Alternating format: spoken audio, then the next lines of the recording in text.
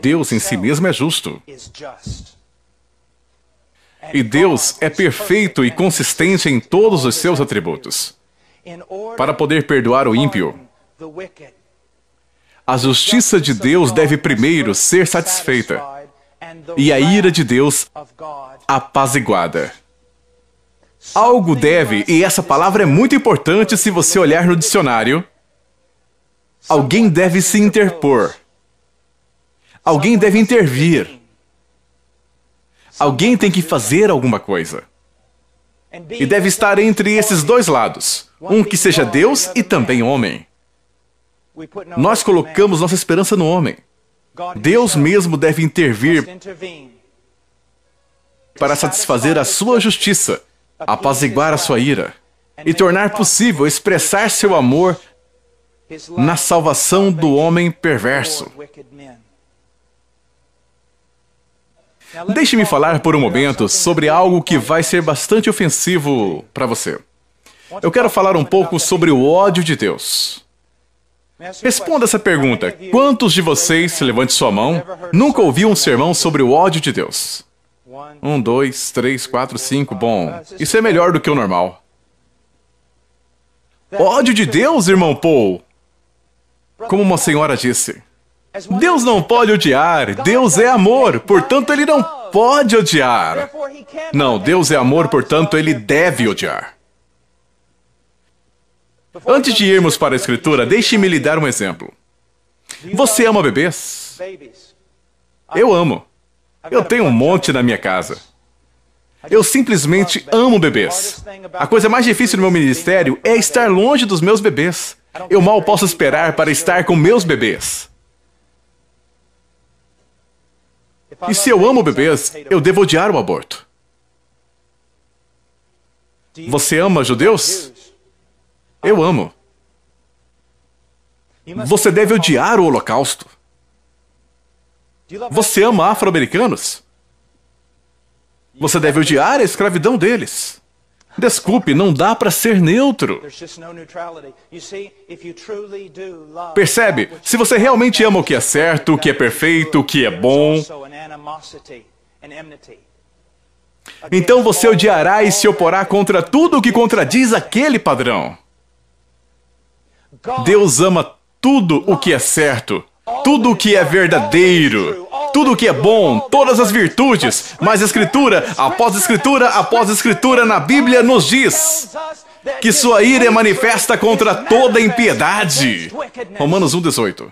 Eu poderia retirar isso se você quisesse. Eu poderia me calar se você quisesse, mas eu não estaria sendo fiel a Deus. Vou dar a vocês um bom texto. Vá para Salmo capítulo 5. Apenas por um momento.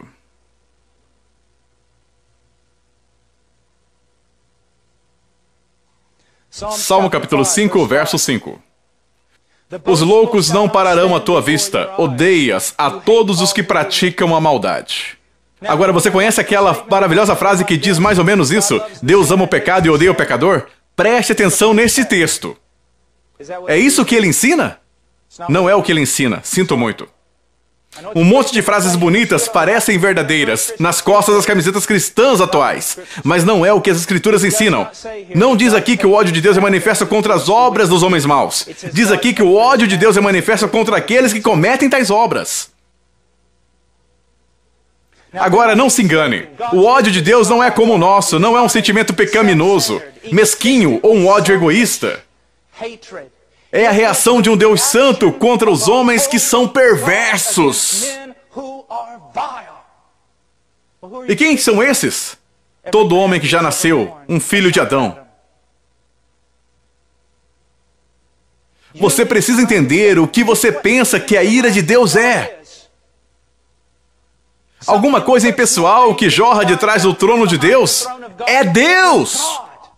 Quando pessoas vêm a mim e dizem, irmão Paul, ele me salvou, eu sempre tenho o hábito de fazer a pergunta, do que ele te salvou?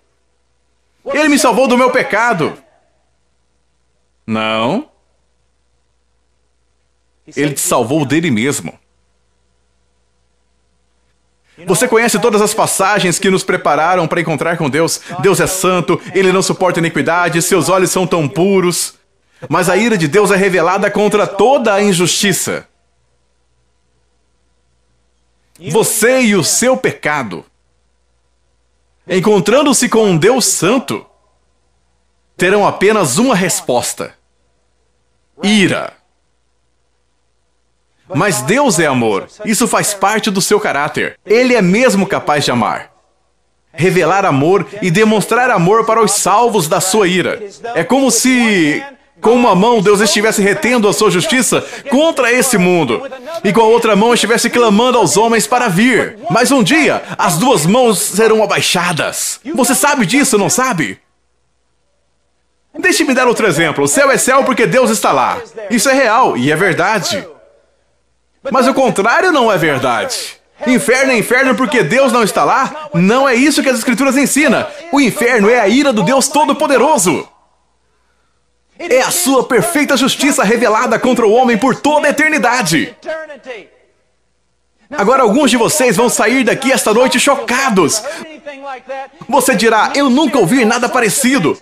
Você dirá, o que ele quis dizer com isso? Todo tipo de coisa, mas eu posso te garantir, se você apenas ler livros antigos, você descobrirá que é isso que os velhos pregadores sempre disseram.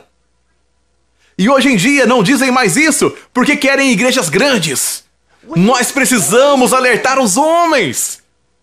Nós precisamos dizer aos homens que Deus todos os dias estende a sua mão para pessoas desobedientes e teimosas, mas que, ao mesmo tempo, a ira de Deus está vindo sobre o mundo. Porque Deus é um Deus justo e santo. Você não leu o livro do Apocalipse? Esse não é um ensino somente do Velho Testamento. Mas a ira de Deus virá de maneira tal que os homens, as grandes autoridades e líderes deste mundo clamarão para que as montanhas caiam sobre eles para escondê-los da ira do Cordeiro.